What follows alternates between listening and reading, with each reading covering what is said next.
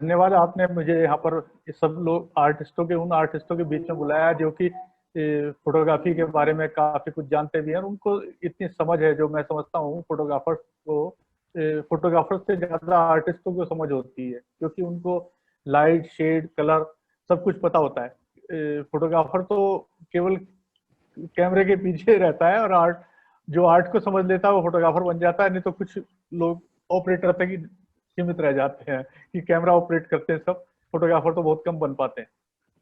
खैर, मुझे बड़ा अच्छा लग रहा है कि मैं आप सबके बीच में हूँ। तो मैं चाहता हूँ कि कुछ मैं ऐसे पॉइंट जो कि नॉर्मल सब लोग नहीं ध्यान देते, जिन पर छोटी छोटी चीजें हैं जिन पर ध्यान देंगे तो आप एक अच्छी फोटोग्राफ शूट कर पाएंगे, खासतौर से जब आप पेंटिंग्स की अपनी फोटो शूट करते हैं। तो जैसे कि आपको करना क्या चाहिए, सबसे पहले तो जब जो भी कोई आपने अपना मोबाइल फोन लिया है तो उसको देखें कि उसका कैमरा में क्या क्या चीजें हैं, ऑटो मोड है या मैनुअल है, उसमें प्रो है कि नहीं है। तो दो दो तीन चीज उसमें देखनी होती है कि क्योंकि हर कैमरे में आज प्रो भी शूट आता है, ऑटो भी आता है, दो तीन तरह के शब्द में शूट आते हैं जिसको कि हम उन पे अलग अलग मोड पे करके हम देख सकते हैं। और सबसे बढ़िया बात तो ये है कि जो हमारे मोबाइल फोन है इनके अंदर आप कितनी भी पिक्चर शूट करें, तो जब तक आप सेटिस्फाइड नहीं होते तब तक आप शूट कर सकते हैं, डिलीट कर सकते हैं, इसमें कोई इस तरह का प्रॉब्लम नहीं आता है। और जो है देखने चाहिए कि हमें जितनी भी यूज हो नेट लाइट में यूज करें, और हमें रखना चाहिए इंडोर इन लाइटों से, खासतौर से पेंटिंग की जब फोटोग्राफ करते हैं हम। पेंटिंग की फोटोग्राफ में क्या है कि नेचुरल कलर आपको नेचुरल लाइट में जो मिलेंगे तो वो इंडोर की लाइटों में नहीं मिले। इंडोर की लाइटों के कोई ना कोई रिफ्लेक्शन कलर के, कपड़ों के बैकग्राउंड्स के, इवन जो कर्टन्स होते हैं उनके भी बराबर आते हैं। एक तो पॉइंट ये रहा। दूसरा क्या है कि एक हमेशा जो है, जो इनमें मोबाइल फोन के अंदर कैमरे लगे होते हैं, इनमें जो जूम होता है, एक होता है ऑप्टिकल जूम, एक होता है डिजिटल जूम। तो ऑप्टिकल जूम तो ठीक है, पर डिजिटल जूम में जब कभी भी जाएंगे तो आप उसके पिक्सल्स फट जाएंगे, क्योंकि उसकी एक सेंसर बहुत छोटा होता है मोबाइल फोन का। तो कोशिश करें डिजिटल जूम में कभी ना जाएं, ये एक है इसके अंदर। और और अब जो कैमरे आ रहे हैं उनके अंदर अधिकतर एक फंक्शन और आ गया है, HDR। इसका मतलब होता है कि हाई डायनेमिक रेंज, जिससे कि आपके पिक्चर की क्वालिटी बहुत बेटर हो जाती है। और इसमें बैलेंस करते हैं, जैसे आपने किसी लैंडस्केप को शूट किया तो उसमें वो आकाश को और नीचे बैकग्राउंड को, हर चीज को वो कवर कर लेगा, जो HDR सिस्टम होता है। अच्छा, एक और मैं आपको इसमें पॉइंट बताऊंगा। मैंने गिने चुने ही कुछ पॉइंट रखे हैं जिससे कि आप सब समझ भी लें इजीली और आपको याद भी हो जाए। एक ये कि आपके हर किसी के कैमरे में एक ग्रिड सिस्टम होता है। ग्रिड सिस्टम में उसमें क्या होता है कि उसमें आपके 9 वो बन जाते हैं खाने। तो आप ग्रिड पे अगर लगाएंगे तो आपको परफेक्शन पिक्चर का बराबर आप कर पाएंगे। इसमें कि कितने, उसमें मुझे कितना कहाँ पे फ्रेम रखना है, कहाँ किस तरह की पिक्चर रखनी है, इस तरह उसमें आप पिक्चर को, फ्रेम को अपना बाकायदा फ्रेम सेट कर सकते हैं। जैसे आप पेंटिंग भी बनाते होंगे तो कितनी बार पेंटिंग को कॉपी करने के लिए या कोई किसी चीज को साइज करने के लिए आप इसके लाइनें खींचते हैं दूसरे फोटोज पे, तो उसी तरह सेम सिस्टम फोन के अंदर भी है। फोन के अंदर भी ग्रिड सिस्टम पे अगर लगाएंगे आप तो अच्छी तरह आपको उसको एक पिक्चर ले पाएंगे, फ्रेम कर पाएंगे। दूसरा एक मैं ये समझाना चाहूंगा कि आई लेवल होना चाहिए। जैसे आपने कोई पेंटिंग रखी तो पेंटिंग बिल्कुल स्ट्रेट है, सीधी है, तो उसके अगर वो आप उस पर एक क्रॉस एक लगा दें, जैसे ऐसे और ऐसे क्रॉस लगा दें मैनुअली, और उसका एक सेंटर जान लें कि सेंटर पेंटिंग का हमारा क्या है, और उसी सेंटर से अगर आप थोड़ा थोड़ा डिस्टेंस में पीछे अगर आएंगे तो आप देखिए कि जहां पे बिल्कुल अगर आप आए हैं तो सामने अगर आएंगे तो परफेक्ट चार तरफ से आपकी सिमेट्री उसकी फोटो की बराबर रहेगी। तो सिमेट्री बराबर होना बहुत जरूरी है। अगर आप थोड़ा भी ऊपर जाएंगे या नीचे जाएंगे तो उसकी पेंटिंग की जो सिमेट्री है वो खराब हो जाएगी, उससे आपकी सारी पिक्चर ही खराब हो जाएगी। तो इसके लिए एक ये भी है कि आपके पास ट्राइपॉड होना बहुत जरूरी है। ट्राइपॉड अगर आप लेंगे तो एक अच्छी पिक्चर्स आप शूट कर पाएंगे।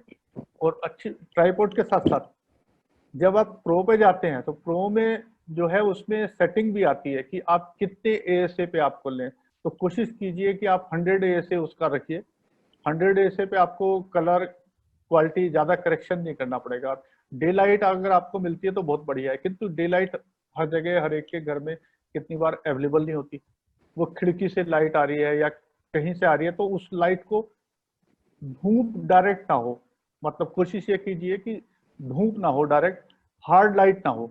अगर धूप आ रही है तो उस पर कोई एक व्हाइट कर्टन लगा के उस लाइट को भी आप सॉफ्ट कर सकते हो कि एक व्हाइट लाइट कर्टन लगा दिया व्हाइट और सॉफ्ट कर दिया। और ये भी खास तौर से ध्यान रखिएगा, जब भी कभी किसी पेंटिंग की हम फोटोग्राफ करते हैं तो पेंटिंग में आपके नेचुरल जो भी कलर्स हैं वो कलर तभी उसमें पूरे आएंगे जब आपके चारों तरफ से लाइट जो है प्योर व्हाइट होगी। क्योंकि प्योर व्हाइट के अंदर ब्लैक कलर ब्लैक नजर आएगा आपको, ये रेड येलो सारे कलर वही नजर आएंगे जो उसके हैं। अगर उसमें व्हाइटनेस उसकी लाइट अगर बैकग्राउंड में सारी लाइट उसकी व्हाइट नहीं होगी तो उसमें कलर करेक्शन आ जाएगा, कुछ ना कुछ उसका कलर उसके अंदर आ जाएंगे। जैसे मान लिया आप घर के अंदर शूट कर रहे हैं और आपके घर के अंदर ग्रीन कलर वॉल का है, तो अब जब भी कुछ बनाएंगे तो वो ग्रीन का टच उसमें आएगा ही आएगा क्योंकि वॉल का कलर ग्रीन है। इवन अगर आप खुले मैदान में भी कोई पेंटिंग की फोटो मान लिया शूट कर रहे हैं और वहां ग्रीन घास है, तो ग्रीन घास है तो ग्रीन घास का भी कलर उसमें फोटो में आएगा। तो उसके लिए भी हमें ध्यान रखना है कि हम जब भी कभी ये फोटो खींचें तो करीबन अगर आपकी 1 फुट की पेंटिंग है तो उसको जस्ट डबल कर लीजिए आप, 2-2 फुट का एरिया कम से कम नीचे बैकग्राउंड में साइड में व्हाइट होना चाहिए। व्हाइट होगा तो आपको प्रॉपर उसमें कुछ कलर कास्ट नहीं आएगी।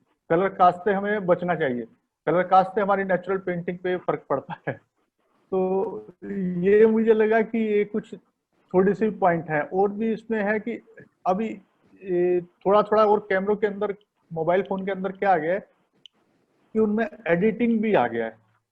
तो एडिटिंग हमें तब ज्यादा जरूरत पड़ती है जब हम बहुत तेज लाइट में हो या बहुत कम लाइट में हो या कोई कलर करेक्शन आए, तो वो एडिटिंग की हमें ज्यादा रिक्वायरमेंट ना हो, इसलिए हम पहले से अगर ध्यान रखेंगे तो हमें एडिटिंग की जरूरत नहीं पड़ेगी। पर एडिटिंग की जरूरत तो आमतौर पे पड़ती है आजकल, क्योंकि इंस्ट्रूमेंट ऐसे आगे हैं। और पर एडिटिंग जो फोटोशॉप वगैरह है या लाइट हाउस है, ये जो है लाइट रूम और फोटोशॉप, ये DSLR के जो रिजल्ट्स हैं उनके लिए तो बहुत बेटर है। पर फोन के कैमरे का सेंसर बहुत छोटा होता है, तो सेंसर छोटा होने से उसमें पिक्सल्स फटने के या क्वालिटी डाउन होने का डर रहता है।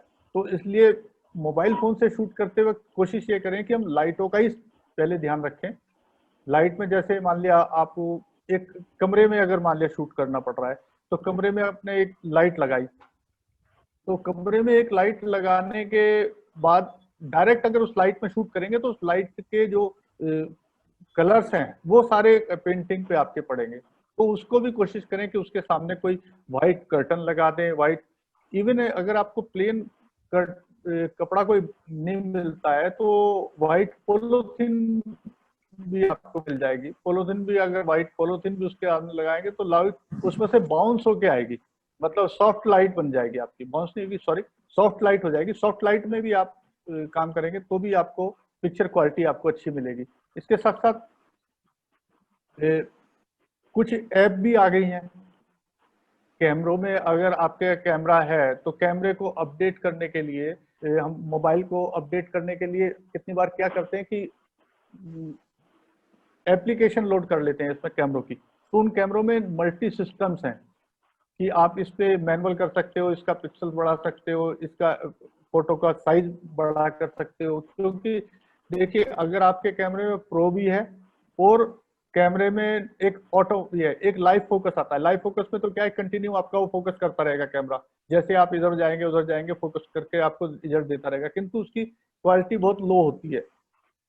और दूसरा सेकंड जो है, एक फोटोज में जब भी आप फोटो खींचे तो रुक के स्टिल होके ही खींचे, ना कि भागते दौड़ते चलते, क्योंकि ये इनके सेंसर, मैंने पहले ही बताया कि सेंसर बहुत छोटा होता है, तो इसमें थोड़ा सा समय लगता है। और HDR जब आप ऑन कर लेते हैं, इसका HDR ऑन कर लेते हैं, तो उसके लिए अगर ट्राइपॉड है आपको तो ही बेटर रिजल्ट मिलेगा, क्योंकि उस पर तो स्पीड और उसका स्लो हो जाएगा, किंतु आपकी क्वालिटी बढ़िया हो जाएगी फोटो की।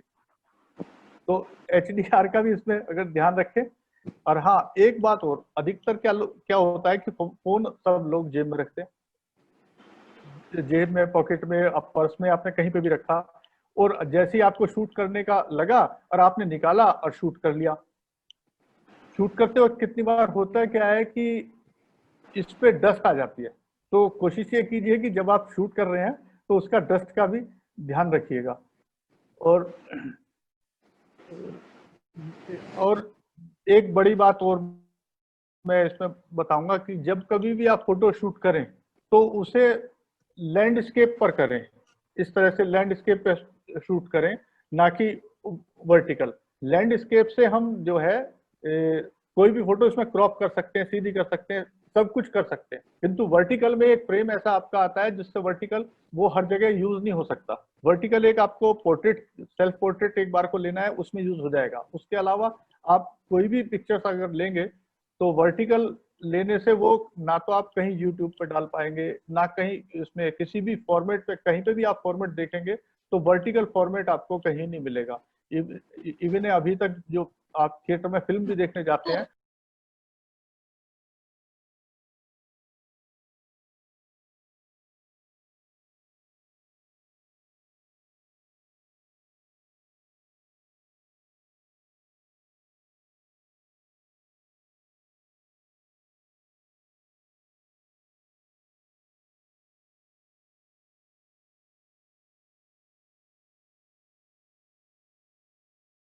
एक एक, एक कोशिश ये करना चाहिए कि हम इसका जो है रेवोल्यूशन, हाई रेवोल्यूशन पे शूट करें। हम कभी भी छोटी मैंने फाइल शूट ना तो करें, किया हमेशा था, करें, हमेशा करें बड़ी फाइल शूट करें। म्यूट किया था।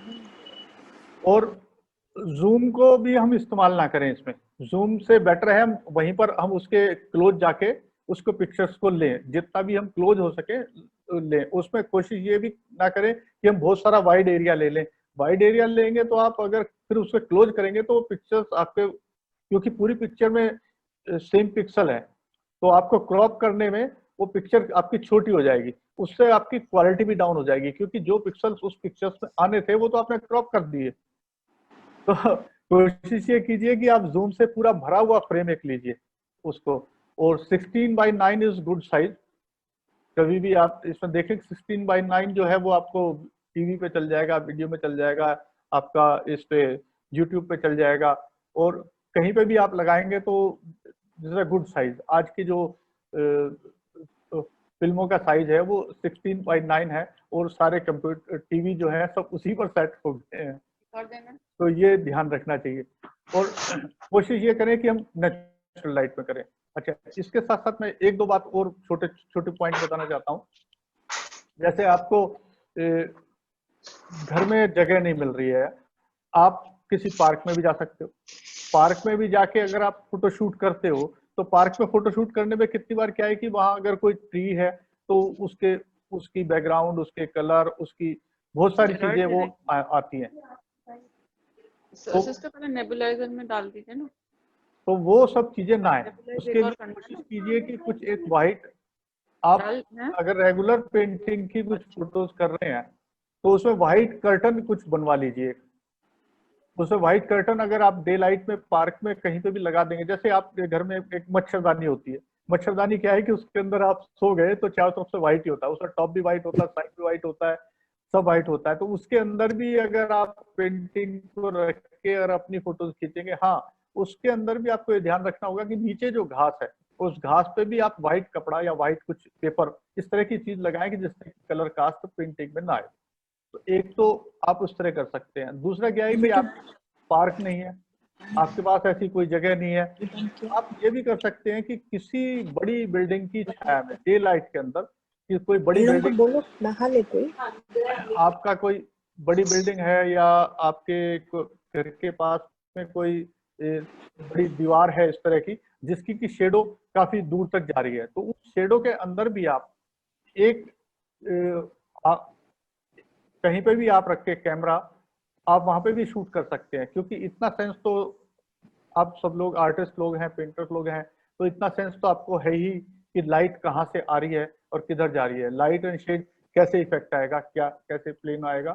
तो अगर बिल्डिंग की आपको शेड मिलती है तो बचे तो हार्ड लाइट से बचे, मतलब डायरेक्ट सनलाइट से बचे, क्योंकि उसमें वो सनलाइट इतनी तेज होती है, इतनी ब्राइट होती है कि वो आपकी फोटो को बर्न कर देती है। खास तौर से कहीं पे भी जरा सा व्हाइट आएगा तो कैमरे के सेंसर छोटे होते हैं, वो ऑटो पे लगे होते हैं, वो व्हाइट को बहुत ज्यादा व्हाइट कर देते हैं और ब्लैक को बहुत ज्यादा ब्लैक कर देते हैं। तो उस तेज लाइट से अगर बचेंगे, सॉफ्ट लाइट में अगर आप वीडियो लेंगे तो आपको बहुत बढ़िया आपको रिजल्ट मिलेंगे। खास तौर से घर के अंदर हो या बाहर हो, आप डे लाइट में कोशिश कीजिए कि डे लाइट में आपका शूट हो। किंतु बहुत बार होता है प्रॉब्लम कि हमारे पास डे लाइट भी नहीं है, हमारे घर के पास पार्क भी नहीं है, हमारे पास बिल्डिंग भी नहीं है, हमारे पास छत भी नहीं है, तो वो फिर दिक्कत ये होती है। तो उसमें क्या कर सकते हैं कि आप घर के अंदर एक छोटी एलईडी लाइट ला सकते हैं कि एक एलईडी लाइट लगाई आपने, किंतु एलईडी लाइट भी आप डायरेक्ट नहीं लगाएंगे। एलईडी लाइट के आगे भी एक आप छोटा व्हाइट पेपर लगा के उसको सॉफ्ट, उस लाइट को हार्ड को सॉफ्ट करेंगे। तो सॉफ्ट लाइट करेंगे तो आपसे उसकी शेडोज कम होंगी और आपको रिजल्ट और कलर आपको बेटर मिलेंगे। छोटे छोटे पॉइंट थे जो वैसे मैंने बता दिए, कोशिश तो की है कि मैं सबको बता दूं, फिर भी जो है अंत में एक ये है कि इसमें सबसे अच्छी बात ये है, सबसे लास्ट जो टिप ये है कि इसमें अभ्यास करने से, मतलब आप अगर डेली कुछ ना कुछ शूट करते रहेंगे तो वो आप एक अच्छी फोटो रेगुलर ले पाएंगे। हाँ, ये कि आप 6 महीने में, 8 महीने में, 3 महीने में, 2 महीने में एक बार शूट कर रहे हैं तो आपको दिक्कतें थोड़ी आएंगी। रेगुलर आप शूट करेंगे तो फिर आपको कैमरा शेक हो गया है, नहीं हुआ है, लाइट ठीक है कि नहीं है, वो सब पता लगता रहेगा। मेरी तो कुछ इतनी बातें थी, फिर भी आपके क्वेश्चंस भी होंगे, उसकी मैं सोच रहा हूँ, कोशिश करूंगा कि सबको सेटिस्फाई कर पाऊँ। लेखा जी आप और थोड़ा बताइए, मैं जितना था थोड़ा सा मैंने बता दिया, जितना बता अ, सकता था। जी, एक तो प्रदीप जी ने पूछा है सूटेबल ऐप फॉर मोबाइल्स, मतलब फोटोग्राफी के लिए सूटेबल एप्स। हाँ, इसमें सुटेबल एप्स करने आपको, आप देखिए कि उसमें ऐप जो होती है अधिकतर अपर्चर को लेके होती है, कुछ कुछ फोकस को लेके होती है, कुछ शेक को, फोटो शेक को लेके होती है। तो इसमें 3-4 तरह की हैं। आपको जिस तरह की प्रॉब्लम आ रही है उस तरह की लिखेंगे तो उसी तरह की आपको आज ऐप इस पे अवेलेबल हो जाएगी। गूगल प्ले पे जाएंगे आप तो बहुत सारी ऐप है, तो आपको उसमें अपने कैमरे के अनुसार शूट करनी पड़ेगी कि कौन सी मुझे शूट कर रही है। इसमें कैमरे को देखना पड़ेगा पहले, आपके कैमरे में वो ऐप है कि नहीं है, आपके कैमरे से वो खराब तो ऐप नहीं है। पहले आपके कैमरे के ऊपर भी ये डिपेंड करता है कि अगर कैमरे में, जैसे आईफोन्स हैं, आईफोन में अधिकतर क्या लोग सोचते हैं कि इसमें ऐप की रिक्वायरमेंट ही नहीं है, पर आईफोन के लिए भी बहुत सारी ऐप बनी है, क्योंकि जितनी भी ऐप बनी है वो सब आईफोन में भी डलती है। तो आईफोन, उससे क्या है कि देखिए ऐप जो है वो बिल्कुल ऐसे समझ लीजिए कि हम फोटोशॉप से काम करते हैं। तो आजकल जो आप देखते हो कि अगर आपने इस मोड पे लगाया तो फोटो आपकी ऐसी हो जाएगी, इस मोड पे लगाया तो ऐसी हो जाएगी, वो सारे जितने भी फार्मूले निकले हैं वो फोटोशॉप से निकले हैं। फोटोशॉप से उन्होंने उसका शॉर्टकट बना दिया। तो शॉर्टकट बनाने के बाद वो एक फार्मूला हो गया कि आपने ऐसे किया तो ये हो गया, फटाफट ये हो गया। तो इसलिए ऐप को भी ये ध्यान रख के लीजिए कि डाउनलोड कीजिए कि कौन सी ऐप आपको शूट करती है उसमें। सर मेरे को प्रोफेशनल कैमरास के बारे में थोड़ा बता दीजिए। ISO 3 चीजें मिलाते हैं आप। मैं एक्चुअली मैनुअल करता नहीं हूँ, मैं ऑटो में करता हूँ। प्रोफेशनल कैमरा है मेरा कैनन का। बहुत ISO बढ़िया। आपका एपर्चर और 3 चीजें होती है, उसको कैसे एडजस्ट करते हैं जरा आप शॉर्ट में हाँ बता हाँ, तो IS देखिए, आपके पास जो भी कोई कैमरा है उसमें कैनन का सर। कैनन का कैमरा है, ISO रखें और कोशिश कीजिए कि ISO आप 100 पे रखेंगे। जबकि अभी जो कितने भी कैमरे आ गए हैं, अगर आपको वीडियो बनानी है तो कोई बात नहीं, वीडियो पे तो आप 2500 ISO पे ले जाइए, 5000 पे ले जाइए। कैमरे इतने बढ़िया हो गए हैं डिजिटल, अब कैमरों में टेक्नोलॉजी में, डिजिटल में एक तरह से समझिए पूरा वो, मैं शब्द नहीं मिल पा रहा जिससे कहना चाहिए कि आ गया है। इसमें सर तीन चीजें बताते हैं, आईएसओ, एक एपर्चर और तीन चीजों कंबाइंड हाँ हाँ निकालना पड़ता है। तो क्या हाँ, ISO बिल्कुल के अलावा बिल्कुल।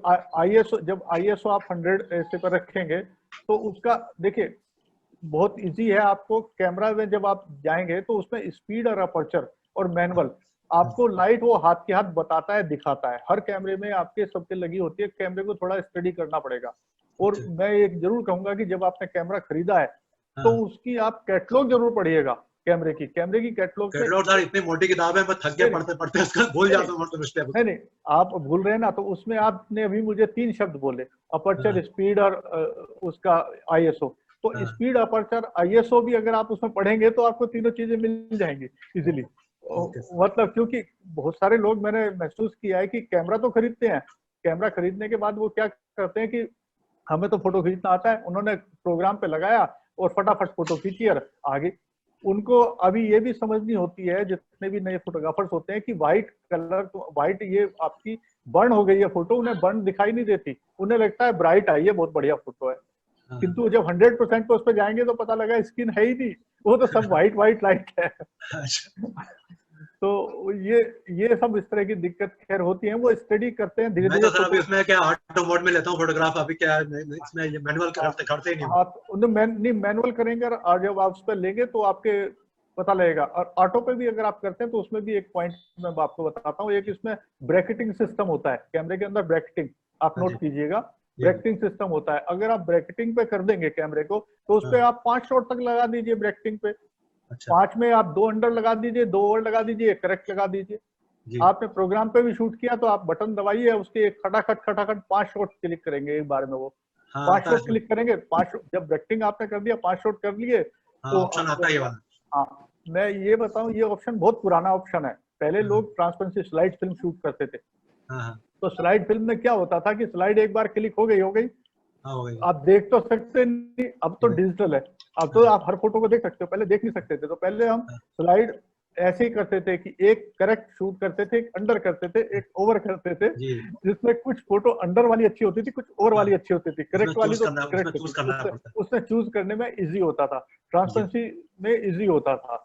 जी, जी, तो इसलिए ये सिस्टम तब से चला आ रहा है, किंतु वो आज भी सक्सेस है। अगर आज भी आप प्रोग्राम पे शूट करते हैं तो उसमें कोई घबराने की, कोई डरने की बात नहीं है। उस पे भी उसका सर आप मैनुअल इतना मोटा है कि पढ़ते पढ़ते मैं बिल्कुल बोर हो जाता, मैं फिर दोबारा नहीं नहीं नए सिरे आप से पढ़ा।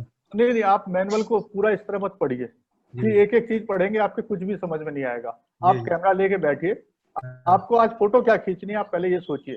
आपको अच्छा, क्लोजअप खींचना है, आपको अपर्चर सेट करना है, आपको जी, स्पीड सेट करनी है, सिर्फ वही चीज देखिए आप। जी, जी, आप सारी किताब पढ़ने बैठोगे तो आपको कुछ पढ़ भी लोगे और वो पढ़ के दिमाग से निकल भी जाएगी। आप प्रैक्टिकल हाथ के हाथ करेंगे अगर कैमरा सामने है और आपके। क्योंकि मुझे याद है एक बार मैंने एक कैमरा खरीदा था निकॉन का, तो हाँ, F90 1990 एक नया मॉडल आया था, तो उसमें सुना था मैंने कि वो ये ऑटो फोकस है, तो बड़ा हाँ, ताज्जुब हुआ था। हम्म, ये 90 की बात है, जी, 90 तो 90 में कैमरा ऑटोमेटिक आ रहा है, अगर उसको बटन दबा रहे हो तो फोकस ऑटोमेटिक कर रहा है। ये उस टाइम बहुत बड़ा अजूबा था हाँ, कि हाँ, क्या ऐसा भी हो सकता है कैमरा अपने आप फोकस करेगा। हाँ, आज तो देख रहे हैं, आज की जनरेशन को नहीं मालूम कि पहले ऐसे कैमरे होते ही नहीं थे। पहले कैमरे में फुट, स्क्वायर, इंचेस सब कुछ लगाना पड़ता था, जी, जी, वो एक एक चीज फोकस करनी पड़ती थी, वो जी, ऑटो फोकस नहीं होता था, कभी भी नहीं होता था। ये तो जी, अब टेक्नोलॉजी इतनी एडवांस हो गई है कि हाँ। अब आप देखेंगे तो आपने हल्का सा बटन दबाया, कैमरे ने फटाक से फोकस कर लिया। सर लेंस, दूसरा एक लेंस के आगे ब्लाइंड्स लगाते हैं चारों तरफ से, उसका क्या यूज है? ब्लाइंड, चारों तरफ जैसे घोड़े के इसमें लगा देते हैं बगल में, उसमें चार चार कोने वाला ब्लाइंड आता है, लेंस के आगे लगाने के लिए आता है कवर्स। हाँ लेंस के आगे उसको लेंस हुड बोलते हैं। हाँ लेंस हुड। हाँ लेंस हुड बोलते हैं। लेंस हुड का मतलब ये है कि जब आपने उसको लेंस को हुड के सामने लगा दिया तो लेंस की ना एक कैपेसिटी है, लेंस जो है सामने आपके वो देख रहा है, तो उसमें लेंस के पास से जो है एक्स्ट्रा लाइट उसके अंदर ना आए, जिससे कि वो आपको करेक्ट एक्सपोजर बता पाए। ठीक तो है। इसलिए उसको लगाना बहुत जरूरी है। उससे क्या है कि आप डे लाइट में कहीं पे भी शूट कर रहे हैं तो हाँ, आपको लाइट जो है आपके टॉप पे है, तो वो लाइट को कट करने में आपको हेल्प करता है। हाँ, लाइट को कट करने में हेल्प करेगा। अगेंस्ट लाइट अगर आप फोटो शूट कर रहे हो तो आपको बहुत सुविधा रहेगी उससे। थैंक यू सर, बाकी लोग बहुत सारे क्वेश्चन पूछ चुके हैं इसलिए मैं छोड़ रहा हाँ, हूँ, बाकी लोग क्वेश्चन दिख रहा है, नहीं मैं नहीं, पूछिए बता पूछिए, मेरी सर कोशिश होगी मैं सबको जवाब दूंगा। हाँ नरेश जी, बताइए। रीमा जी का क्वेश्चन है, मोर इन्फॉर्मेशन ऑन HDR। हाँ, HDR ये जो है एक हमारा एक टेक्नोलॉजी है, इसके अंदर हाई इसको बोलते हैं हाई डायनेमिक रेंज। तो उसमें क्या है कि कैमरा अपने आप ही उनके कलर जो है बहुत सारे ब्राइट और वो मतलब ब्राइट कर देता है कलर, और आपके वो सेट उसी हिसाब से ऑटोमेटिक को सेट करता है कि आप जैसे कलर आपके हैं उससे वो 21 नजर आते हैं। किंतु आप HDR में कितनी बार अगर पेंटिंग में करेंगे तो आपको हो सकता है पेंटिंग का कलर वो अच्छा ना लगे, उन्हें लगे कि यार मेरे तो पेंटिंग ही खराब हो गई है, तो पेंटिंग में वो HDR में वो मुझे क्वालिटी नहीं मिल रही। HDR आमतौर पे हम यूज करते हैं जैसे शाम को कोई फोटो खींच रहे हैं तो लो लाइट में कुछ फोटो खींच रहे हैं, बहुत बढ़िया हमें रिजल्ट उसका मिलेगा, तो लो लाइट में भी वो HDR की क्वालिटी आपको मिलेगी। हाँ और बताएं। तो हमें यूज करने की जरूरत नहीं है सर, फिर इसका मतलब ज्यादा पेंटिंग में खासतौर से HDR को आप यूज ना करें तो ज्यादा अच्छा है, क्योंकि पेंटिंग आपको नेचुरल कलर चाहिए, और वो व्हाइट चारों तरफ पेंटिंग जहां भी रखी है आपके चारों तरफ व्हाइट अगर हो तो उसमें कोई कलर ना आए उसके ऊपर पेंटिंग पे, तो उसकी फोटो लेंगे तो ज्यादा बेटर होगा। HDR में उसके कलर ज्यादा ब्राइट हो जाएंगे।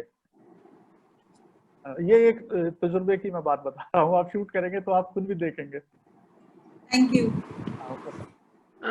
आशा जी नहीं, अमिता का है 100 ASA क्या है ही कहाँ से पता चलता है? हाँ, ये इसमें ना जो आपका मोबाइल फोन है, मोबाइल फोन से आप अगर आप शूट कर रहे हैं तो मोबाइल फोन में एक सिस्टम आता है प्रो, आप उस पर जाएंगे, एक लिखा होता है लाइव, एक फोटो, एक लास्ट में देखेंगे मोर के आगे अगर जाएंगे तो उसमें लिखा होगा प्रो लिखा है, पैनोरामा लिखा है, और भी चीजें लिखी होंगी इस डायनेमिक मतलब कुछ चीजें, तो उसमें प्रो में एक जाएंगे तो प्रो में जैसे आप क्लिक करेंगे तो उसमें फिर नीचे आपके ASA आ जाएंगे, 100 ASA, 200 ASA, 400 ASA, 300 ASA। तो 100 ASA पे क्या है कि आपके पिक्सल्स कम होंगे, तो उसमें आपको स्पीड जो है डे लाइट के हिसाब से मिलेगी। अगर आप उसका ए से बढ़ाते हैं तो लो लाइट के लिए ऐसे होता है, लो लाइट में अगर आपका उसका ए से बढ़ाते हैं तो उसमें पिक्सल्स बढ़ जाने के चांस होते हैं। तो कोशिश कीजिए कि आपको 100 ASA पे फोटो लें, तो मजबूरी है तो, किंतु क्या कि हम जैसे न्यूज में हम काम करते थे तो हम 400, 800, 1600 ASA पे लगाते थे। क्यों लगाते थे? क्योंकि हमें अभी भागदौड़ करनी है, फटाफट क्लिक करना है, हमारी स्पीड भी हमें नहीं स्लो करनी है, तो हमें वो मूवमेंट कैच करना है। हमें वहां पे इतनी बेटर क्वालिटी की बात की है जितना कि जरूरी होता है मूवमेंट को कैच करना। तो फास्ट मूवमेंट के लिए हम फास्ट ASA यूज करते हैं। जैसे स्पोर्ट्स में आपको भागते हुए खींचते हैं तो वहाँ 100 ASA काम नहीं करेगा आपका, वहां तो आपको लगाना ही पड़ेगा 500 ASA, 800 ASA। आपको फास्ट लगाएंगे तो फास्ट स्पीड मिलेगी, कैमरे की स्पीड को भी फास्ट करता है वो। सर ASA का फुल फॉर्म क्या है सर? ASA का फुल फॉर्म सर मुझे अभी याद नहीं है। ओके सर, ओके, कोई बात नहीं। अगेंस्ट सेंसिटिव उसका कुछ इस तरह से ही है। प्लीज एक्सप्लेन, नीता जी का है, please explain auto mode also. हाँ, ऑटो मोड में क्या है कि ऑटो मोड में दो तरह के ऑटो मोड आते हैं, एक आता है प्रोग्रामिंग, एक आता है ऑटो। एक ऑटो आता है, मैनुअल आता है, और A4 आपके कैमरे में आमतौर पे 4 तरह के मोड होते हैं। एक होता है ऑटो, सॉरी मैं कैमरा उठा लेता हूँ, देखिए, एक होता है मैनुअल और दूसरा होता है ऑटो और तीसरा होता है S स्पीड और P प्रोग्राम। मतलब एक तो प्रोग्राम पे हुआ, प्रोग्राम पे कैमरे ने अपने आप ही आपके सारे उसको प्रोग्राम को अपर्चर स्पीड देखकर प्रोग्रामिंग कर दिया कि प्रोग्राम हो गया। तो एक हुआ A4 ऑटो इसमें, और A4 ऑटो नहीं है, A4 अपर्चर प्रायोरिटी है। वो अपर्चर जो आपने भी अपर्चर लगाया है वो उसकी स्पीड ऑटोमेटिक कर देगा, अपर्चर जो आपका वही रहेगा। अगर सेकंड है एस जो है एस का मतलब है स्पीड प्रायोरिटी। तो आपने स्पीड जो लगाई है, स्पीड मान लिया आपने फास्ट लगाई है, तो फास्ट लगाई है तो सब चीज स्पीड फास्ट लगेगा तो उसका अपर्चर ऑटोमेटिक हो जाएगा। स्पीड आपको लगाना है, जैसे आप किसी को स्लो स्पीड में शूट करना चाहते हैं, पानी बह रहा है उसको स्लो में करना है, तो उसका ए से भी कम करना पड़ेगा, उसका स्लो स्पीड करना पड़ेगा, तब जाके वो उस पर ऑटो पे काम करेगा। इवन आप मैनुअल कैमरे को लगाएंगे, मैनुअल अगर यूज करते हैं तो मैनुअल में स्पीड भी आपका ऑटो रहेगा, अपर्चर भी रहेगा, और उसमें कैमरे के नीचे अगर आप देखेंगे तो एक इंडिकेटर आता है कि कब आपका कैमरा ओवर है या अंडर है फोटो, वो आपको लाइट को परफेक्ट उसमें बताता रहता है। तो मैं सोचता हूँ ऑटो, एक ऑटो आपका हो गया, एक स्पीड, एक अपर्चर प्रायोरिटी हो गया, एक स्पीड प्रायोरिटी हो गया, एक मैनुअल हो गया और एक प्रोग्राम हो गया। ये चार चीजें आमतौर पे होती हैं। इसी को वो अलग अलग रूप में दे देते हैं। A4 ऑटो बोलते हैं अधिकतर लोग, जबकि A4 अपर्चर प्रायोरिटी होता है। नेक्स्ट है best mode to take photos using mobile. Mobile में भी अगर आप मैनुअली करेंगे तो मैनुअल आप कलर को देख पाएंगे, अदरवाइज आप ऑटो भी करते हैं तो ऑटो में क्या है कि कोशिश ये कीजिए कि लाइट सॉफ्ट रहे। लाइट सॉफ्ट रहेगी तो आपको ऑटो में भी आपको बढ़िया रिजल्ट मिलेगा।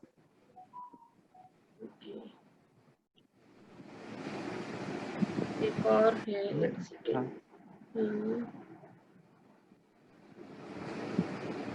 हाँ। मैं खोल के देख रहा हूँ पोर्ट्रेट मोड का क्या यूज है, ये ऋचा अग्रवाल जी ने भेजा है। जी जी जी जी। हाँ, पोर्ट्रेट का जो है वो पोर्ट्रेट पर क्या करता है कि कैमरे में एक प्रोग्रामिंग कर दिया गया है, उसे पोर्ट्रेट, स्पीड, क्या नाम है, स्पोर्ट्स, ऐसे 3-4 भागों में बांट दिया गया है। जैसे एक आप देखेंगे कि कैमरे में लिखा है, एक जगह लिखा है क्लोजअप, एक जगह लिखा है पोर्ट्रेट, एक जगह लिखा है स्पोर्ट्स। तो उसमें ऑटोमेटिकली उस तरह का जब आप उसे पोर्ट्रेट पे लगाते हैं तो उसका अपर्चर ज्यादा कैमरे का खुल जाएगा, स्पीड उसका फास्ट हो जाएगा। तो स्पीड फास्ट होने से कैमरे का अपर्चर ज्यादा खुलने से वो उस पर फोकस होगा केवल फेस पर, और बैकग्राउंड उसका आउट ऑफ फोकस आएगा। यही जब आप उसे मोड पे लगा दोगे, क्या नाम है, स्पोर्ट्स के पे, तो कैमरे की स्पीड फास्ट हो जाएगी, अपर्चर कम हो जाएगा। तो अपर्चर कम होगा तो उससे पिक्चर आपको कितनी तेज दौड़ रहा होगा तो दौड़ते हुए भी स्टिल आएगा। और ऐसे ही जो है मैक्रो का, जब आप जाओगे तो कैमरे का अपर्चर जो है मैक्रो पे लगेगा, वो ज्यादा क्लोज से भी आप जाओगे तो उसका भी आपको परफेक्ट फोकस मिलेगा। Please talk about how to keep the resolution high. Also, how can we share the image picture via email as we can't share heavy data images? हाँ, ये अधिकतर जो पिक्चर्स हैं वो जब भी आपको कहीं भेजनी है, हाई रेवोल्यूशन पे सब ये कहते हैं हाई रेवोल्यूशन की में पिक्चर चाहिए। तो हाई रेवोल्यूशन की जैसे मेल भी अगर आप करते हैं तो 25 MB से ज्यादा एक बार में एक मेल पे नहीं जाती है। तो उसमें क्या है कि उसके लिए या तो आप इनका जो वो हाई रेवोल्यूशन जो है हमेशा 300 DPI आपको रखना चाहिए। 300 DPI जो है प्रिंटिंग के लिए और सब के लिए बेटर होता है। जो वेबसाइट के लिए तो 72 DPI इज गुड। 300 DPI पे क्या है कि हमारा प्रिंटिंग के लिए खास तौर से बढ़िया होता है, उसको पिक्सल्स आपके फटते नहीं है। तो 300 DPI इसको रखना चाहिए। और हाई, किंतु कहीं पे भी भेजना है तो आपको इसको साइज को जो है आप इसका साइज छोटा कर सकते हैं, किंतु उसका पिक्सल्स का साइज है वो साइज छोटा मत कीजिए। जैसे मान लिया आपका 10 इंच का पिक्चर है किंतु 300 DPI का है और वो आपका 50 MB का बैटरी है, तो 10 को आप 6 इंच कर दीजिए, 4 इंच कर दीजिए, उसका साइज तो कम हो जाएगा, किंतु 300 जो है उसका वो कम मत कीजिएगा। उससे क्या है कि आपकी क्वालिटी पिक्चर की डाउन नहीं होगी, केवल पिक्चर का साइज छोटा होगा।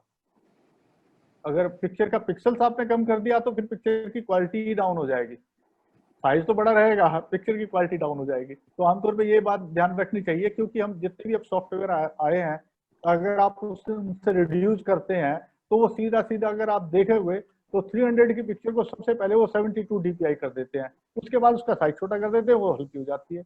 उसको ऐसे फोटोशॉप में अगर आप किसी भी बड़ी पिक्चर को करेंगे कि photo save as a website, तो आपकी बस ही छोटी हो जाएगी। वेबसाइट पे आप कर लीजिए कितनी छोटी करनी है, और वेबसाइट पे तो बहुत सारी सुविधाएं हैं। फोटोशॉप में तो कि आपको साइज भी बड़ा रखना है तो भी आपकी हल्की हो जाएगी, और साइज आपको छोटा भी करना है उसके पिक्सल भी कम करने हैं, दोनों चीजें हो जाएंगी। और बताएं जी, is it good to click pics on auto mode in mobile phones? और मैंने पहले भी बताया था, ऑटो मोबाइल पे जो है ऑटो पे अगर आप लगाते हो तो ये खास तौर से ध्यान रखिए कि आप सब आर्टिस्ट लोग हैं, आपको सबको पता है कि लाइट किधर से आ रही है। तो लाइट जो आ रही है तो लाइट की तरफ कैमरे का फेस नहीं होना चाहिए, मतलब लाइट जिधर से आ रही है वहां आपकी बैक होनी चाहिए। आपकी बैक से लाइट आए, सॉफ्ट लाइट आए, हार्ड लाइट नहीं, सॉफ्ट लाइट आए, और उसमें आप क्लिक कीजिए, आपको ऑटो पे भी एक अच्छी पिक्चर मिल सकती है, बशर्ते चारों तरफ और दूसरी चीजें ना हो जिनके कलर उसमें दिखाई दे रहे हों। और अगर हैं तो कोशिश कीजिए कि वाइट लाइट से उसको कपड़ों से या कपड़े से किसी चीज से कवर कर सकें, ऐसी जगह हो जहां उसके ऊपर कोई रिफ्लेक्शन ना आ रहा हो किसी कलर का। ये आपको शूट करते वक्त ध्यान रखना पड़ा है। और खास तौर से एक बात और मैं बीच में भूल गया कि जब भी आप कभी किसी का शूट कर रहे हैं, जैसे मान लिया मेरे पीछे दीवार है, तो दीवार है, अगर आपने सामने कोई लाइट लगा दी है तो दीवार का और लाइट का मतलब दीवार का आपसे कम से कम 3 या 4 फुट का डिस्टेंस होना चाहिए, क्योंकि कितनी बार अब जब सामने लाइट लगाते हो तो उसका शेडो दीवार पर बन जाता है। तो कोशिश कीजिए कि वो शेडो दीवार पे नहीं आएगा जब आप उसमें अपने में और दीवार में डिस्टेंस रखेंगे। जो जिसकी फोटो खींच रहे हैं वो सब्जेक्ट को दीवार से काफी आगे रखिए, दीवार से मिलाइए मत। दीवार से मिलाते हैं तो आप कितनी बार कैमरे में छोटी सी फ्लैश है वो यूज करते हैं, उसका शेडो बन जाता है। तो कोशिश कीजिए दीवार से अगर वो 5-6 फुट उसमें जगह हो तो आगे रखें, कोशिश ना करें कि दीवार से चिपके। कोई हमेशा दीवार से चिपका के तो कहीं फोटो लेनी ही नहीं चाहिए, उसमें डिस्टेंस रखना चाहिए। पर आमतौर लोग तो क्या करते हैं, हाँ भाई हमारा पूरा आएगा, जबकि वो पूरा फोटो अगर बैकग्राउंड का आपको चाहिए तो थोड़ा आपको आगे आएंगे तो ऑटोमेटिकली आपका तो पूरा आएगा ही आएगा, बैकग्राउंड भी पूरी आएगी। तो कोशिश कीजिए कि अपना चाहे आधा है, अपना चाहे, बहुत सारे लोग क्या करते हैं, मैंने जो फील्ड के अंदर महसूस किया कि उन्हें कहीं पर पिक्चर लेना है लैंडस्केप का, तो वो दूर जाके खड़े हो जाएंगे, कहेंगे भाई मेरा भी पूरा आना चाहिए। तो पूरा उनके पूरे फोटो के चक्कर में वो ना तो पूरा लैंडस्केप होता है ना उनकी पूरी फोटो अच्छी आ पाती है। तो बेस्ट ये है कि लैंडस्केप का आप लीजिए जब, तो आप खुद को हटा लीजिए। आपको अपने लैंडस्केप साथ खींचना तो आप कैमरे के बिल्कुल पास आइए, आपका जैसे अभी जितना पोर्ट्रेट टाइप आ रहा है इतना आएगा, और बैकग्राउंड में वो लैंडस्केप लीजिए तो आपको फोटो उसमें अच्छी लगेगी, आपकी फोटो भी अच्छी लगेगी और बैकग्राउंड भी अच्छी लगेगी। और अदरवाइज दोनों चीजें वाइड एंगल पे दोनों चीजें मर्ज हो जाती हैं, दोनों में अट्रैक्शन नहीं आ पाता इतना। जी, how to improve the pixel of an old photograph? Old photograph देखिए, जितनी भी पिक्सल्स हैं ओल्ड फोटोग्राफ को, उसके पिक्सल्स तो करना मुश्किल है, क्योंकि जो शूट एक चीज बार शूट हो गई। हाँ, अब ये है कि अगर आप कॉपी टू कॉपी वर्क कर रहे हैं तो कॉपी टू कॉपी वर्क कर रहे हैं तो कॉपी से उसकी फोटो से मैक्रो लेंस के थ्रू कैमरे से, हाई रेवोल्यूशन के कैमरे से उसकी एक अगर पिक्चर क्लिक कर लेते हैं तो उसके रेवोल्यूशन तो बढ़ेगा, किंतु पेपर के जो ग्रेन्स हैं वो उसमें बराबर रहेंगे। तो और डिजिटल अगर कोई पुरानी फोटो है तो डिजिटल को पुरानी को इम्प्रूव करना बहुत मुश्किल है, क्योंकि डिजिटल में जो माइनस पॉइंट है, सबसे बड़ा माइनस पॉइंट क्या है डिजिटल के अंदर, कि एक फाइल, ये डिजिटल एक फाइल है, डिजिटल फाइल है जो मेगापिक्सल में बनती है। 300 मेगापिक्सल, 72, 250, मतलब 750, 300 तक ये बढ़िया पिक्सल्स होते हैं। तो आमतौर पे हमें 300 पिक्सल तक करते हैं शूट। तो ये एक फाइल बनती है, इसकी फाइल अगर आपने छोटे साइज की बनाई तो वो बड़ी नहीं हो सकती, ये डिजिटल में बहुत बड़ा माइनस है। किंतु बड़ी साइज को आप कितना भी छोटा कर सकते हैं, छोटे से भी वो बड़ी नहीं होगी। तो हमेशा जब भी कभी आप फोटो शूट करें, ये तो अगर आपके पास कैमरा है बहुत बढ़िया है, कैमरे में हाई रेवोल्यूशन की, हाई क्वालिटी पे जो भी लगा के करिए वो हाई पे ही कीजिए, बड़े साइज पे ही कीजिए। बड़ी की छोटी हो सकती है, छोटी की बड़ी नहीं हो सकती। ये मुझे एक बार, सॉरी मैं आपका टाइम तो ले रहा हूँ, एक तजुर्बा एक मेरे पास है जो मैं शेयर करना चाह रहा हूँ कि मैं प्रेस में फोटोग्राफी कर रहा था, मतलब अखबार में ही था, इंडियन एक्सप्रेस में था उन दिनों में। तो मुझे बोला गया कि बिजली चमक रही है, बिजली की फोटो खींच के लाइए, लाइटिंग की। तो मेरे पास डिजिटल का कैमरा था, तो मैंने उसकी लाइटिंग की फोटो खींचने के लिए उसका कैमरे पे लगाया, क्योंकि मुझे पता है कि मेरा 2 कॉलम की छोटी सी फोटो मुझे जानी है, तो मैं छोटे साइज का ही अपना मैं लगा कर रखता था।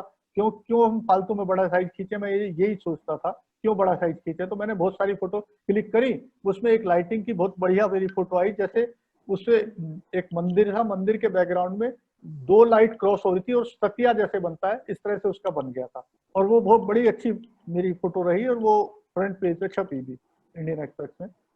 और उस फोटो की फिर डिमांड आई कि हमें इसकी बड़े साइज की चाहिए। अब मैंने तो शूट ही वो छोटे साइज की थी, क्योंकि हम तो 2 कॉलम की फोटो इसलिए शूट करते थे कि छोटे से एक साइज की फोटो लगनी है, बड़े साइज की हमें चाहिए ही नहीं। तो उस दिन पता लगा कि इस बड़े साइज की ही फोटो अगर आप शूट करते हैं तो बड़े की तो छोटी हो सकती है, छोटे की बड़ी नहीं हो सकती। और ये बात है करीबन 96 की 97 की, और तब से मैं अब तक छोटा साइज शूट नहीं किया है। और छोटे से बड़ा नहीं हो सकता, ये डिजिटल में आपको ध्यान रखना है, हमेशा बड़ा फोटो ही शूट करना है, छोटा करना ही नहीं है। ये आप अपने सोच लीजिए, बहुत सारे लोग अभी भी क्या करते हैं कि हमारे कैमरे की मेमोरी फुल हो जाएगी, हमारे इसके हार्ड डिस्क फुल हो जाएगी, और भाई फोटो शूट करना है तो उसमें छांट के फोटो रखिए, डिलीट कर दीजिए फालतू फोटो, किंतु जो फोटो रखो वो अच्छी फोटो रखो। खराब फोटो को क्यों कंप्यूटर में भर रहे हो? अपने आप चूज कर लिए 10 फोटो खींची है, 10 में से 5 रखिए आप, किंतु 5 रखिए वो अच्छी रखिए। हिली हुई शेक फोटो या आउट ऑफ फोकस फोटो वो रखिए मत, डिलीट कर दीजिए। जो अच्छी फोटो है उन्हीं को स्टिच कर रखिए, किंतु वो रखिए हाई क्वालिटी। जी और बताइए लेकिन AL क्या होता है? क्या क्या सॉरी AL AL AL लिखा है। ऋचा ऋचा अच्छा, और ये सर ये जो हम ये हाँ, कैमरा ऑन करते हैं तो HDR की एक इस जगह लिखा होता है, जो SLR कैमरे होते हैं उनमें लिखा होता है AE-L और AF-L, यही पूछ रहे ना आप? हेलो हेलो हाँ ऋचा, हाँ सर यही पूछ ये रहे हो ना? मेरे ए- कैमरे में जैसे HDR है फिर हाँ AL है, हाँ तो, वो हाईलाइट किया हुआ रहता है फोटो हाँ और AL, नीचे फोटो है ऊपर AL लिखा है HDR के बाजू में, तो AL है या AI है? AI होगा। देखिए दो शब्द लिखे होते हैं जो SLR कैमरे होते हैं इनके अंदर, एक लिखा होता है AE-L, AF-L। नहीं सॉरी सर, इंटरप्ट करने के लिए AI है, आर्टिफिशियल इंटेलिजेंस से नया मोड आया जो AI है। तो ये AI में ना, इसको जब भी आप फोटो क्लिक करेंगे ना, तो इस बटन को अगर दबा के रखेंगे तो इसका इंफॉर्मेशन आपको सारी मिल जाएगा। ऑटो की जो इंफॉर्मेशन है एक तो वो होगी, दूसरा क्या है कि उसी उस पे क्लिक होगा वो। जैसे हम DSLR में हम पिक्चर क्लिक करते हैं तो कितनी बार होता क्या है कि अब प्रोफेशनल जो मॉडल है, प्रोफेशनल मॉडल में कहीं तो मैं आपको दिखाता हूँ, अभी एक सिस्टम होता है इसमें कैमरे में, देखिए ये एक बटन होता है, ये देख रहे होंगे, ये ऑटो, और ये एक ही वाला बटन होता है। तो इन बटन से हम फोकस करते हैं और इस बटन से हम ऑटो एक्सपोजर और स्पीड, ये दोनों चीज लॉक कर लेते हैं, जिससे कि हमारा पिक्चर ना तो इसका स्पीड हिलता है ना अपर्चर हिलता है, और दोनों चीज फिक्स रहता है और हम स्पीडली फोटो शूट कर पाते हैं। ये एक एडवांस टेक्नोलॉजी है जिसमें कि अभी हम बढ़ रहे हैं और बहुत सारी चीजें नई भी आ रही हैं, और हो सकता है कुछ चीजें अभी ऐसी भी आए जिसे मैं ना जानता हूँ, और आगे सीखने को मुझे भी मौका मिलेगा। हर रोज मैं भी अभी सीख ही रहा हूँ। मैं ये जरूर कहूंगा कि बहुत सारी चीज नई चीज ऐसी मिलती है जैसे मैं कुछ ना कुछ फोटोशॉप में सीख रहा हूँ, कुछ कैमरों में भी सीख रहा हूँ। कैमरे में हम काफी चीजें यूज हम रूटीन में करते हैं और बहुत सारी चीज हम यूज ही नहीं करते हैं। जैसे कि आप लोगों ने अभी यूज ही नहीं किया होगा इंटरवल सिस्टम। इंटरवल सिस्टम क्या होता है वो आपको पता भी नहीं होगा, बहुत सारे लोग दोस्तों को मेरे। इंटरवल सिस्टम में, सॉरी मैं बता रहा हूँ, एडवांस ही है आप लोगों के लिए। इंटरवल सिस्टम में क्या होता है कि हम एक कैमरे में इंटरवल सिस्टम फीड कर देते हैं कि हमें फोटो कितनी देर में कितनी चाहिए, उसमें ऑटो फोकस, ऑटो अपर्चर सब कुछ लगा के हम ट्राइपॉड पर रख देंगे, और उसमें कैमरे के लिए हम 24 घंटे के लिए फीड कर सकते हैं, 48 घंटे के लिए फीड कर सकते हैं, कि हर मिनट के बाद, हर 2 मिनट के बाद, हर 10 मिनट के बाद, हर 15 मिनट के बाद ये टाइमर हम सेट कर सकते हैं। इसको इंटरवल सिस्टम कहते हैं। कैमरा हर उतनी देर बाद आपकी उतनी फोटो लेता रहेगा जितने पे आप सेट कर सकते हैं। जैसे मान लिया एक फूल खिल रहा है, तो फूल खिल रहा है तो आप फूल के पास कितनी देर बैठोगे आप? घंटे 2 घंटे, पर वो फूल 10 घंटे में खिल रहा है तो 10 घंटे के लिए आप कैमरा वहां पे लगा के छोड़ दीजिए। आपको हर 1 घंटे बाद, 15 मिनट बाद वो फोटो क्लिक करता रहेगा, उसमें 10 सेट कीजिए दीजिए। तो वैसे ही वो इंटरवल सिस्टम भी एक होता है, वो शायद आपको नहीं पता होगा, पढ़ेंगे कैमरे के कैटलॉग में होगा कहीं ना कहीं, वो भी आपको देखने को मिलेगा। और बताइए कुछ और भी जानकारी। which is the best ratio for photography in mobile? वो 16.9 जो है वो बेस्ट है। 16.9। हाँ हाँ, इसमें 4.3 भी आती है। 16.9 पे क्या है कि वो हमारे YouTube पे चल जाती है, हमारे उसको क्रॉप भी कर लेते हैं तो हमारे फोटोज में भी काम आ जाती है। जी। और कोई? नहीं, मैं सजेस्ट कर रहा हूँ इसको, तो अदरवाइज तो इसमें तीन चार वो होते हैं फ्रेम, और किसी पे भी आप लगा के शूट कर सकते हो जैसी आपको सुविधा है। जैसे स्क्रीन है, कोई फुल स्क्रीन पे चाहता है तो फुल स्क्रीन पे भी कर सकता है फोन की। और 4.3 में क्या है कि साइड एक कट जाती है, थोड़ा स्क्वायर साइज रहता है, उस पर भी कर सकता है। और ये जैसे कुछ लोग इंस्टाग्राम के लिए काम करते हैं, इंस्टाग्राम पे करते हैं तो 4.3 करेंगे तो उनको बेटर होगा। और किसी का कोई क्वेश्चन है? पूछो मैं। हाँ जी, हाँ जी। हाँ जी, सर आर्टिस्टिक फोटोग्राफी के लिए आप कौन सा पेपर रिकमेंड करेंगे, मैट या फिर ग्लॉसी, या मतलब अगर, क्योंकि आर्टिस्ट हैं तो फोटो तो खींचते रहते हैं हम, तो कई बहुत अच्छी निकल आती हैं कई बार। हाँ, तो उसके मैं हमेशा कहूंगा कि मैट रखिए आप। मैट पेपर पे क्या है कि ग्लेयर नहीं होता, ये तो आपको पता ही है, और उस पे डॉट्स होते हैं, और डॉट्स में पिक्चर जो क्वालिटी आपकी है वो उससे ग्लॉसी से कहीं ज्यादा बेटर नजर आती है। अगर आप देखेंगे ना, ये डिजिटल है सब कुछ, अब डिजिटल ये तो अब आया है। इवन कभी आप अगर थिएटर में कभी जाना मिले बाय द वे, तो थिएटर में कभी आपने उसकी थिएटर की स्क्रीन देखी है क्या? नहीं, नहीं देखी होगी तो शायद मैं आपको बताता हूँ। वो नहीं, व्हाइट कपड़ा नहीं है। कभी आप जाके थिएटर में स्पेशली अब देखेगा कि स्क्रीन होती कैसी है।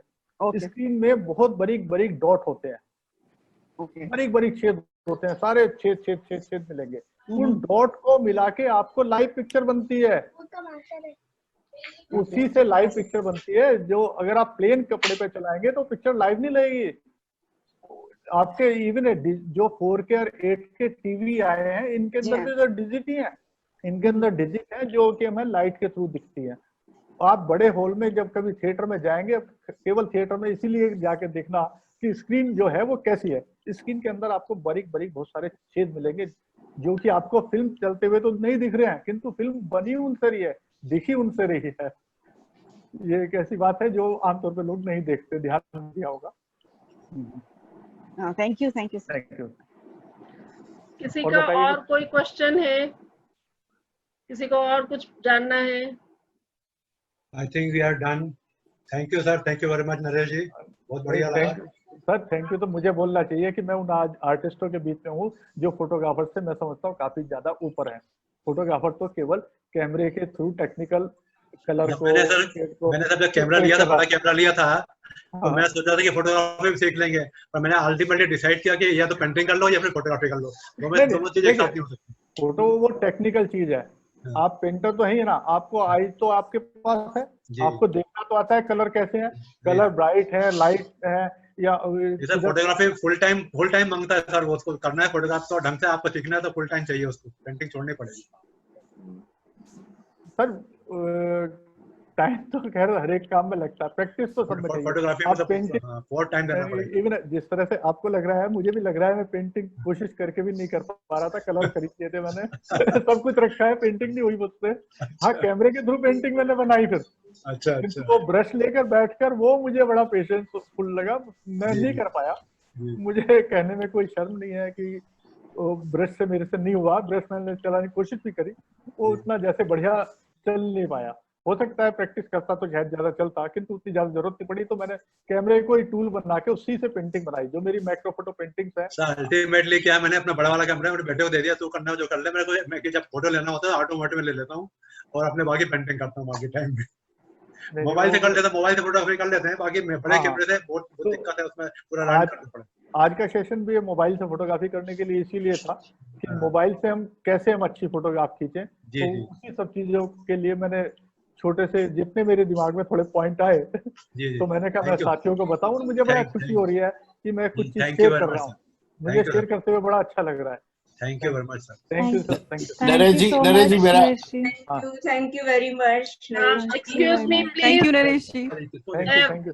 प्लीज एक मिनट वेट कीजिए, प्रदीप जी कुछ पूछ रहे हैं। हाँ प्रदीप जी बोलिए।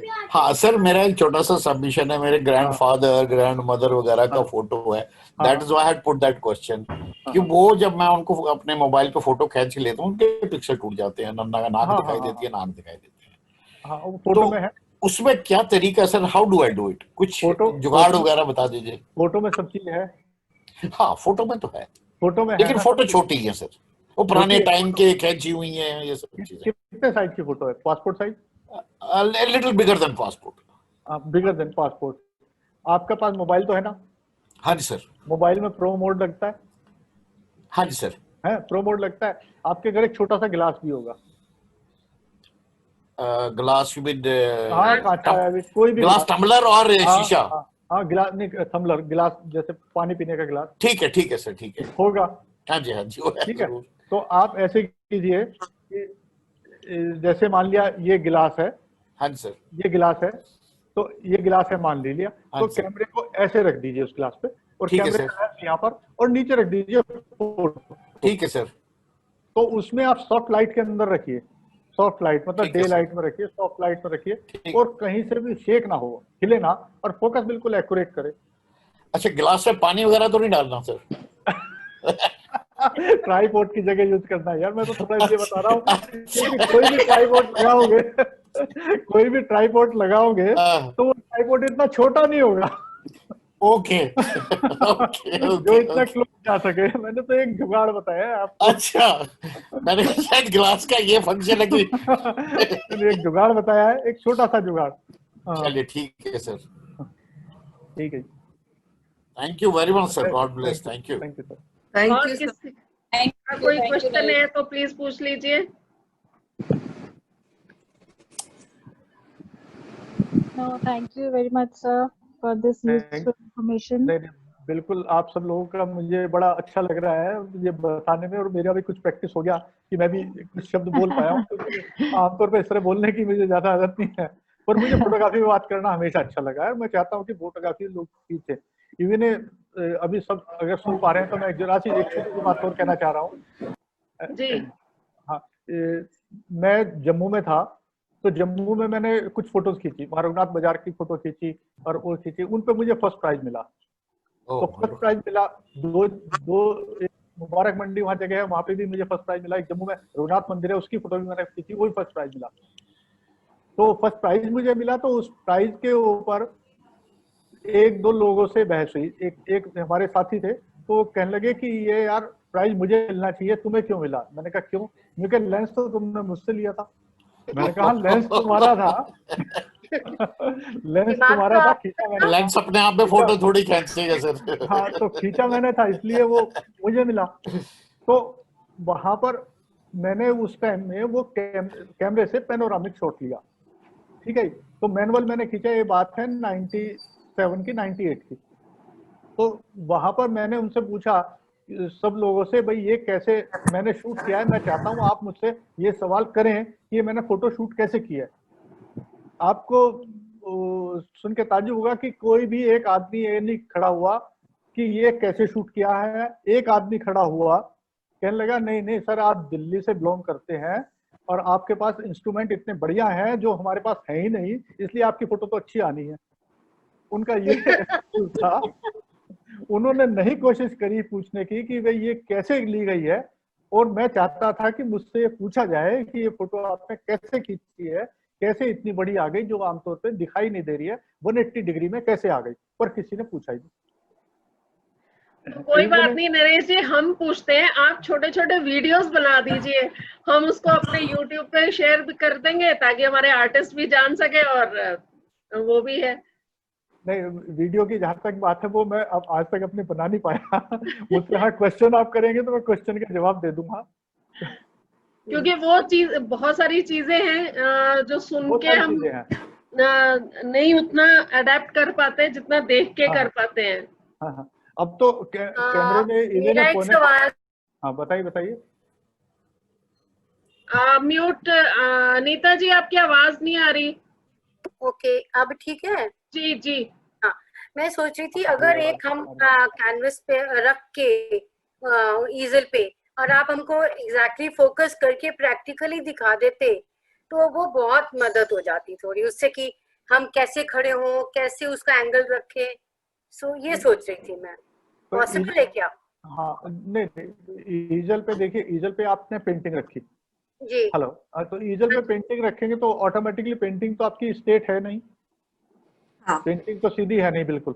नहीं, लेकिन हम क्या करते हैं पीछे से उसको बिल्कुल स्ट्रेट कर लेते हैं। स्ट्रेट कर लेते हैं ना, हाँ, स्ट्रेट जब कर लेते हैं तो आप स्ट्रेट करके उस पे आप समझ लीजिए कि उसका एक सेंटर बना लीजिए। आपको ऐसे जैसे ड्रॉप करके ना साइड में एक मार्क करके सेंटर, पेंटिंग का एक सेंटर जरूर बनेगा और उस सेंटर के बिल्कुल सीधे में ऐसे पीछे पीछे को आप ले जाइए अपना कैमरा। ओके। आपका SLR कैमरा है या मोबाइल फोन है, दोनों में जो भी है, तो उसको पीछे पीछे ले जाइए और उसको देख लीजिए कहाँ पर वो पूरे फ्रेम में आ रहा है। अगर आप सेंटर से बिल्कुल रखेंगे, आई लेवल पे उसके रहेगा, मतलब बिल्कुल सेंटर में रखेंगे तो आपको चारों तरफ से पिक्चर बराबर मिलेगी। तो आपको साइड उसकी कितनी बार आपको दिक्कत जो आ रही होगी वो ये कि कभी पिक्चर नीचे से छोटी होती होगी, कभी ऊपर से, कभी साइड से, वो कोने नहीं आ पाते, कोने नहीं आ पाते। उसका यही एक प्रोसीजर है और हम लोग भी ऐसे ही करते हैं, हम लोग भी ऐसे ही करते हैं कि बिल्कुल सेंटर में करके। और हमारे पे तो जो ट्राइपॉड, अगर आप जो भी ट्राइपॉड ले लेना, ट्राइपॉड जो ले, ट्राइपॉड आप, मुझे नहीं मालूम आपके पास कौन सा ट्राइपॉड है, पर उसमें आप ध्यान दीजिए कि क्या उसमें वाटर लेवल है। वाटर लेवल है, हाँ तो बहुत बढ़िया है। वाटर लेवल है तो पहले सब फर्स्ट तो उसका वाटर लेवल कीजिए, वाटर लेवल के बाद फिर सेंटर कीजिए। सेंटर और वाटर लेवल अगर आपके परफेक्ट है तो कोई कारण नहीं पिक्चर आपकी टेढ़ी है। एक सवाल और है, आपने मोबाइल का बताया और कैमरे का, हमने दोनों से फोटोज खींच के देखी हैं।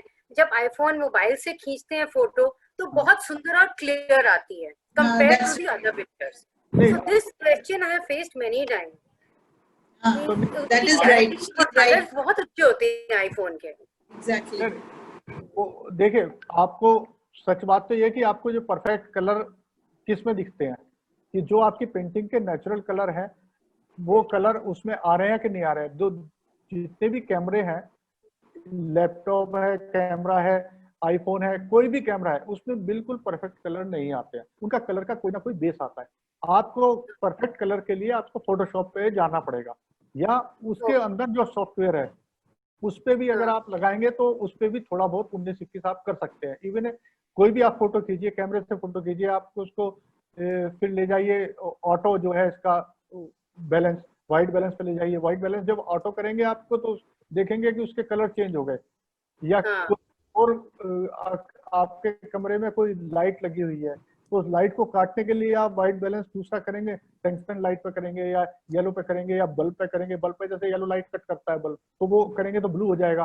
तो अलग अलग ऐसे फिल्टर लगेंगे। तो वो आप एप्पल में जब देखते हैं तो एप्पल का सेंसर दूसरे कैमरों से थोड़ा सा बड़ा है। अच्छा। और उन्होंने कैमरे की सेटिंग जो कर रखी है वो इस तरह से उनकी है कि कलर उसमें बूस्ट होके आते हैं। तो एप्पल का बहुत एनहांस होके आती है पिक्चर। तो एप्पल तो आप समझिए ना, वो 50,000 से तो स्टार्ट हो रहा है ना। अब जिसके पास मोबाइल है वो 50,000 से इतना सुंदर बना देता है वो। तो अब वो DSLR जब जाएंगे तो DSLR अब 30,000 से शुरू हो रहा है। अब वो 50,000 से शुरू हो रहा है तो थोड़ा पैसे का तो अंतर रहेगा, क्वालिटी का भी अंतर रहेगा। यही बात है। Thank you so much, thank you for the. Sir एक चीज मैं दोबारा पूछना चाहती हूँ कि जो आई लेवल है वो सेंटर पॉइंट के लेवल पे होना चाहिए।